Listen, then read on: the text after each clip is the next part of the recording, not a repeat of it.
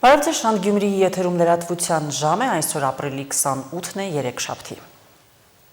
Կենսաչափական անձնագրերի և նույնականացման քարտերի ներդրման գործընթացը քաղաքացիների համար հասանելի կլինեն 2026 թվականի աշնանից։ Վարչապետ Նիկոլ Փաշինյանը և ներքին գործերի նախարար Արփինե Սարգսյանը ներկայացրել են անձնագրերում նախատեսվող փոփոխությունները։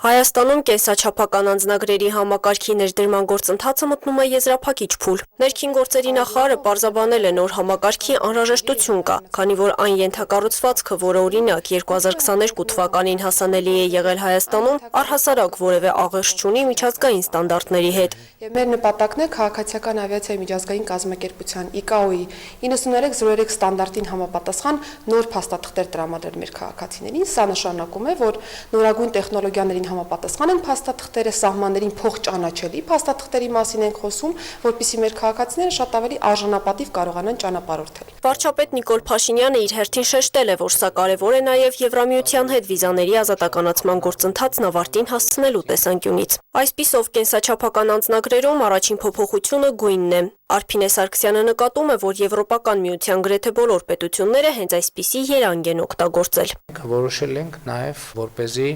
կենսաչափական անձնագիրը կարմիր երանգ ունենա, որը նաև մեր ուսումնասիրությամբ միջազգայինորեն ամենաշատ տարածված երանգներից է, սկզբունքորեն կարմիր կապույտը ամենատարածվածներն են։ Մենք ունենք այո նաև տարբերակ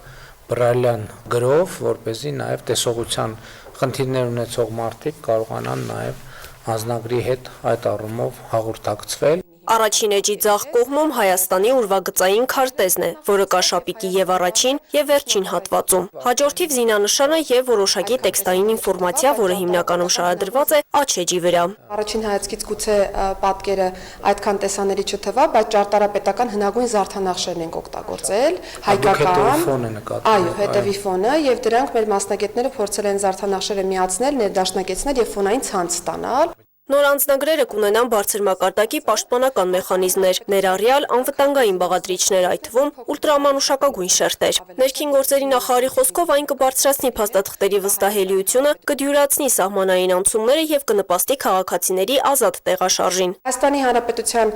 քարտեզի մասով կտեսնեք մի փոքր գեղարվեստական լուծում ենք ավելացրել, որպեսզի նույնական չլինի հիմնական պատկերի հետ։ Կա Հայաստանի Հանրապետություն բառերը այստեղ նախատեսված եւ Հայաստան բառն է թշնատարերի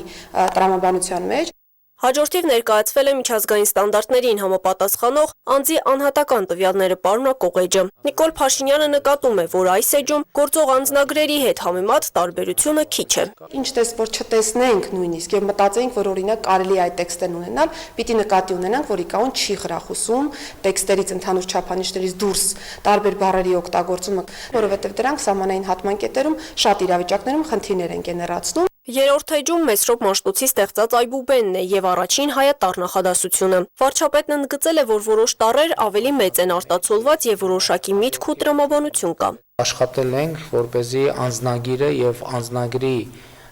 վիզուալ պատկերները ներկայացնեն մեր ինքնությունը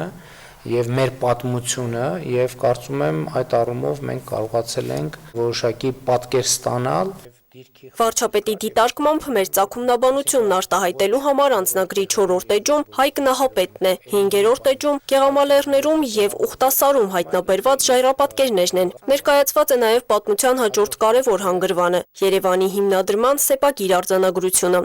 Այստեղ մենք տեղադրել ենք ըստ ավանդության եւ ըստ պատմության Արտաշես արքայի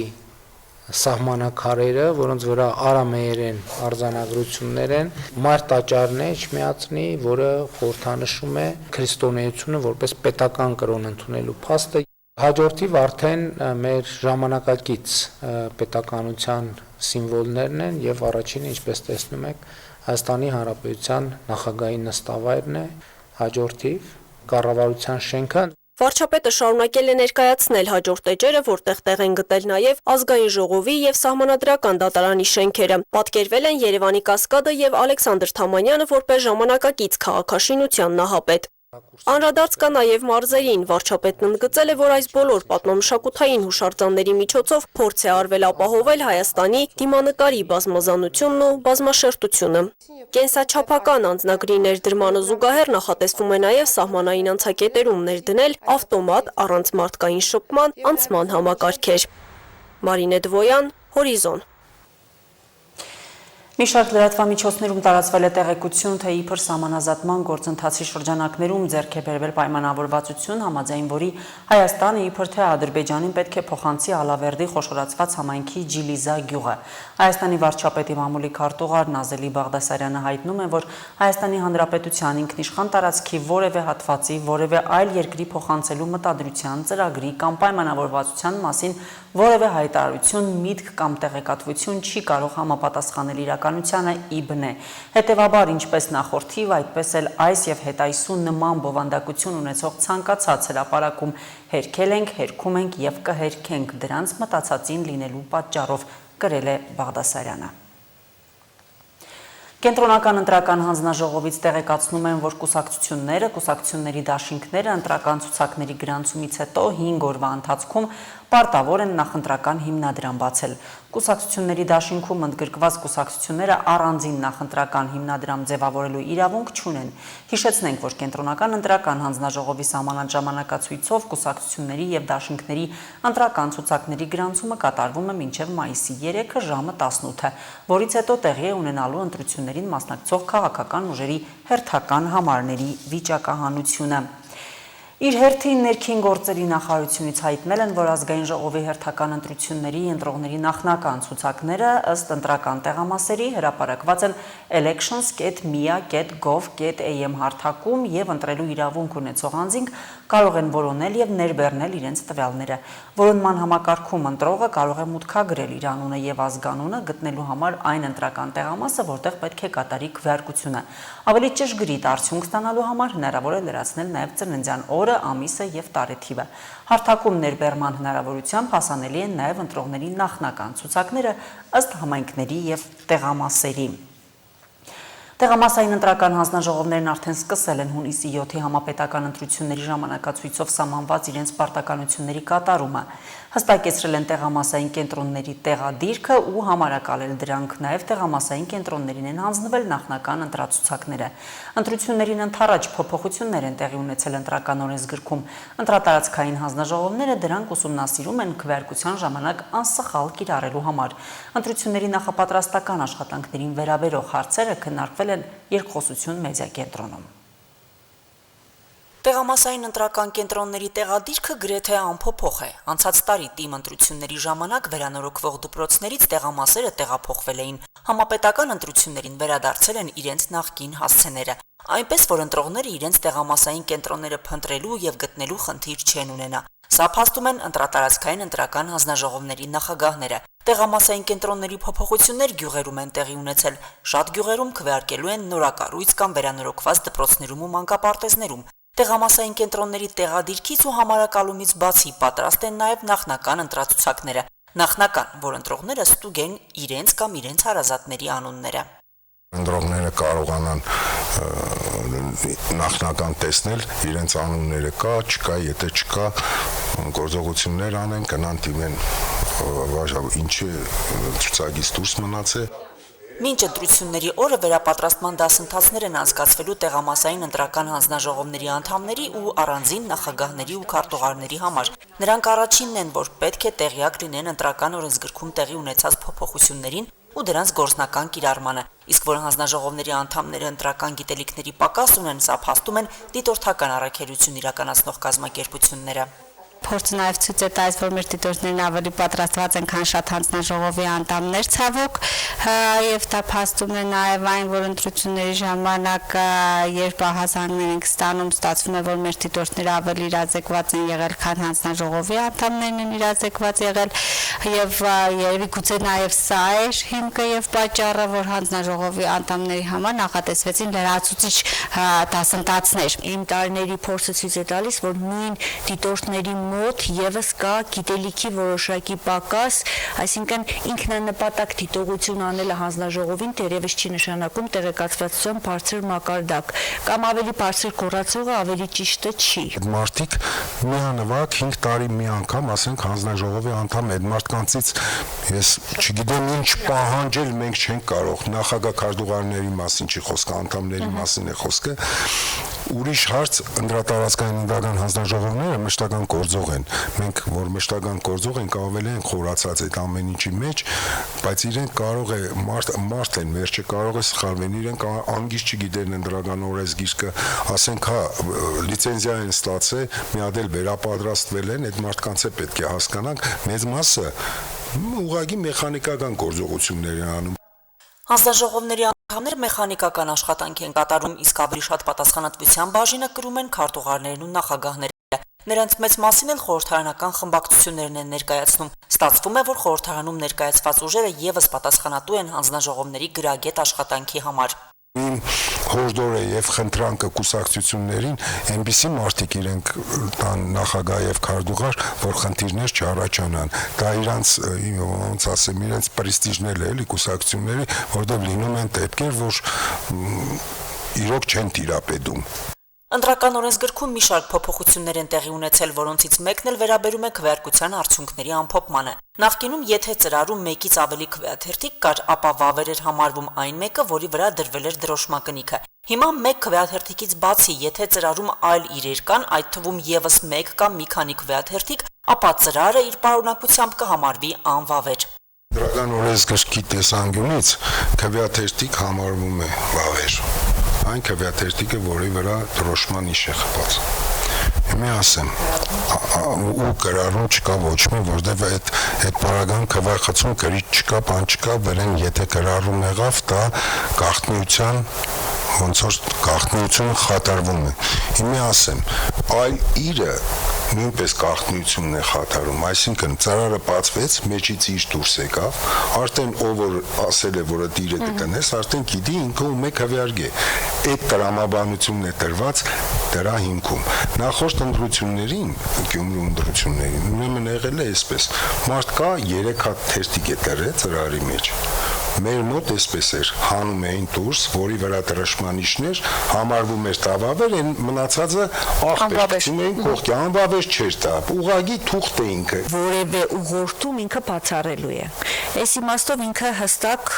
դրա նպատակն է ունեցել, սա լավարկման նպատակ ունենալու խնդիր ունի եւ այստեղ նաեւ կարեւորը, որ կոնկրետ տվյալ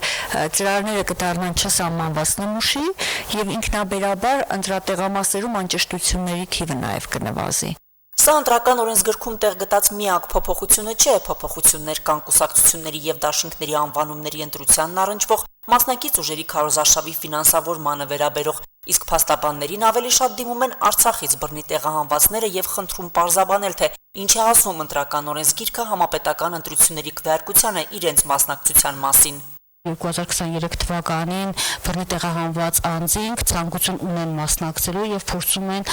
ճշտել թե արդյոք հնարավոր է նման գործընթացներին ներգրավել, նկատի ունենալով, որ տեղական ինքնակառավարման մարմինների ընտրությունները եթե շատ ավելի հեշտությամբ էին կարող մասնակցել, այսինքն հաշվառում ունենալով կոնկրետ հասցեում, համապետական ընտրությունների համար ավելի խիստ պահանջներ է դրված եւ քաղաքացիություն ունենալու հանգամանքը արդեն պարտադիր է դրված բնականաբար տվյալ հանգամանքում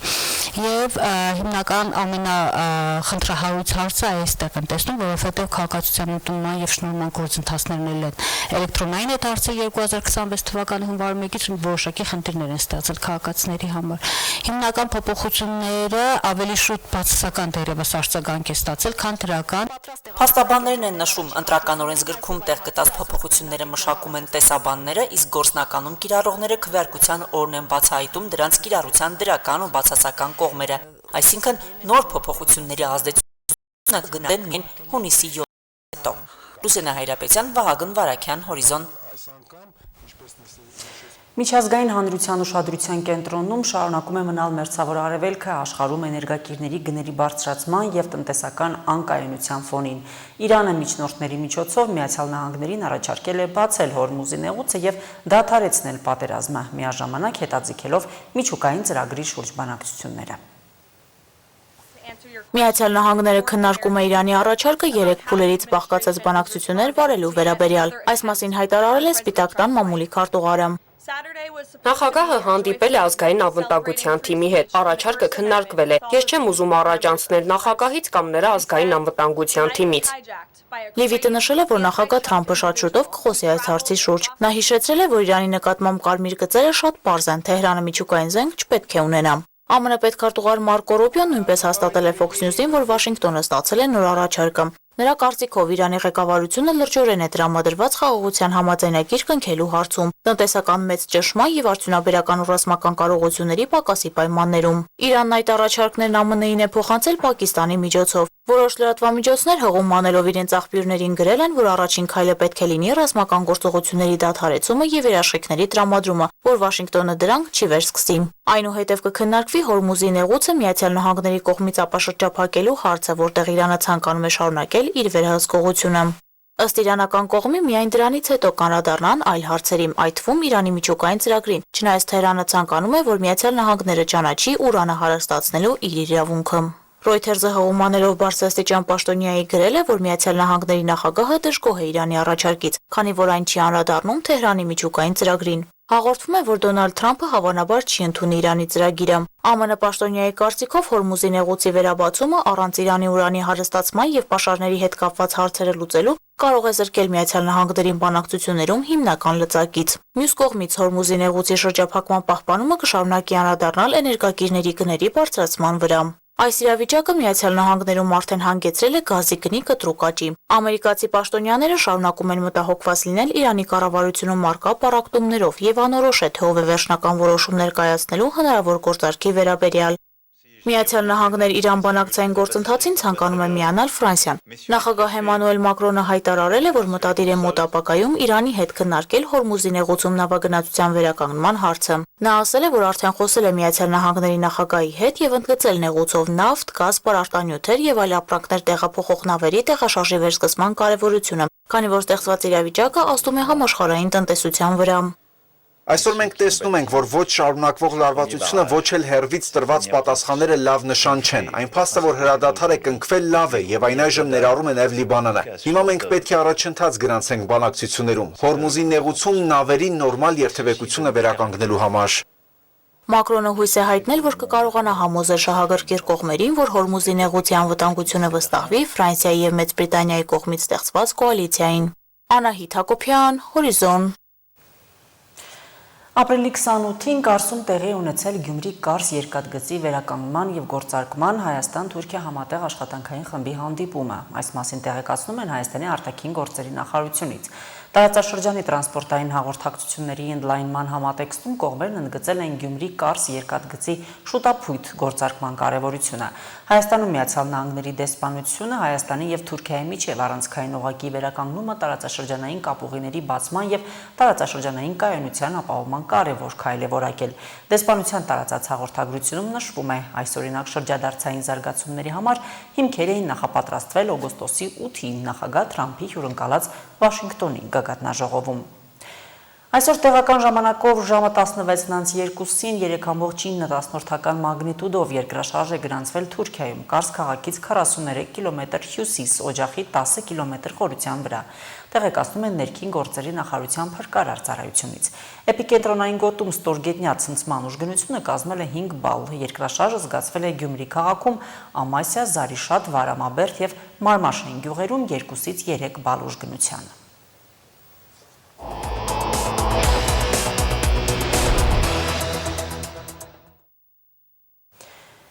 Երեկ երեկոյան Գյումրի են վերադարձել ծանրամարտի Եվրոպայի առաջնության մեդալակիր գյումրեցիները։ Ծանրորդների դիմավորման արարողությունը այս անգամ քաղաքի մուտքի մոտ չէր, այլ հայ-վրացական սահմանի Բավրայի անցակետում։ Բաթումիում անցկացված Եվրոպայի առաջնությանը Հայաստանի տղամարդկանց եւ կանանց հավաքականները մասնակցել են 16 ծանրորդներով, նրանցից 9 գյումրեցի մարզիկներն են։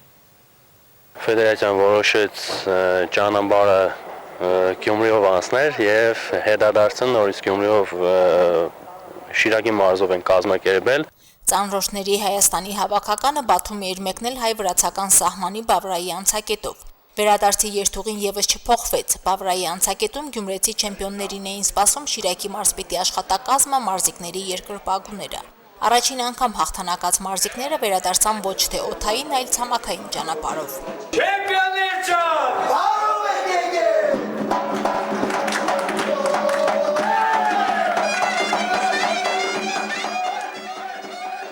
Հայաստանի հավաքականը առաջի տեղն է զբաղեցրել թիմային հաշվարկով 24 մեդալ ենք բերել եւ բնականաբար հբարտ ենք բոլորս, բայց մենք շիրակցիներս, գյումրեցիներս կրկնակի ենք հբարտ, որովհետեւ այդ 24 մեդալներից 18-ը Գյումրի է եկել, Շիրակի մարզը է եկել։ Հայաստանի տղամարդկանց եւ կանանց հավաքականները Եվրոպայի առաջնությանը մասնակցում էին 16 մարզիկներով, նրանցից 9 գյումրեցիներ էին։ Հավաքականները վերադարձել են 24 մեդալով, որից 18-ը գյումրեցի ծանրամարտիկների հաղթանակն է՝ 8 ոսկիով, 5 արծաթով եւ 5 բրոնզով։ Ծանրամարտի Եվրոպայի առաջնությունում Հայաստանը երկրորդ տարին անընդմեջ ճանաչվեց թիմային հաշվարկի բացարձակ հաղթող։ Հայաստանի ծանրամարտի ֆեդերացիայի գլխավոր քարտուղար Սամվել Գասպարյանի գնահատմամբ մարզիկների բարձրացրած քաշերը աշխարհի առաջնության մակարդակի էին։ Անցած տարվա համեմատ կիլոգրամները շատ էին աճել Եվրոպայում եւ առաջնության արդյունքները նման էին աշխարհի առաջնության կիլոգրամների շատ բարձր ցուցանիշներ ցույց տվեցին բոլոր քաշային կարգերում, բոլոր ենթախմբերում եւ այս պայքարից էլ արդեն հնարավոր է արդեն ունենանք տեսքը, պատկերը աշխարհի առաջնության թիմը որոշելու։ Եվրոպայի առաջնությունում Հայաստանն ունեցավ 3 չեմպիոն, 3-ն էլ Գյումրիից են։ Երկամարտի 451 կիլոգրամ արդյունքով Վարազդատ Լալայանը երրորդ անգամ հռչակվեց Եվրոպայի չեմպիոն։ Գերծանր քաշայինների պայքարում Վարազդատ Լալայանը պոկում վարժությունում բարձրացրեց 200 եւ 210 կիլոգրամներ։ Հրում վարժությունում նա գլխավերևում պահեց 241 կիլոգրամ ծանրաձողը։ Ընդհանուր առմամբ մեդալների առումով շատ գոհ ենք։ Անցած տարվա համեմատ քաշային կարգերի նվազում է տեղի ունեցել, բայց մեդալների քանակով չենք զիջում եւ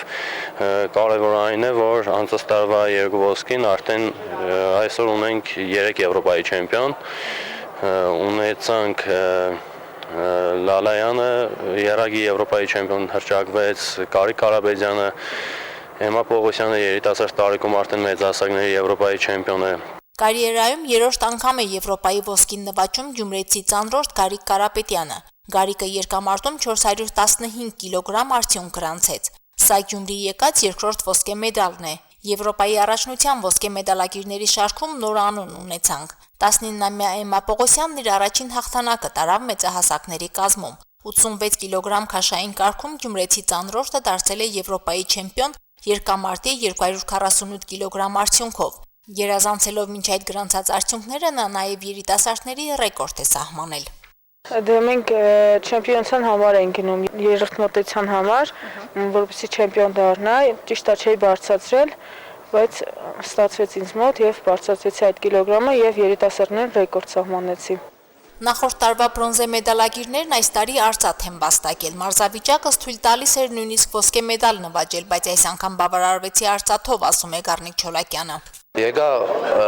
156 կիլոգրամի որ գրավեմ առաջի տեղը, այդ բան չստացվեց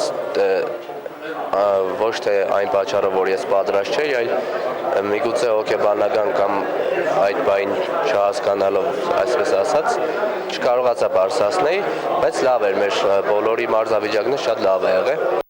Եվրոպայի առաջնությունում գրանցած արդյունքներով հստակ է դառնում աշխարհի առաջնությանը մասնակից մարզիկների կազմը։ Հայաստանի ծանրամարտի ֆեդերացիան հաստատ նոր անուններ կընդգրկի։ Ծանրամարտի աշխարհի առաջնությունը տեղի է ունենալու 2027 թվականին Երևանում, որն էլ լինելու է վարկանիշային Լոս Անջելեսում 2028-ին անցկացվելիք օլիմպիական խաղերում։ Մարինե Դերբենյան, Վահագն Բարակյան, Հորիզոն։ Այժմ հեռահոսը եւս սպառված է, նորությունների սպասեք մեր հաջորդ թողարկումներում։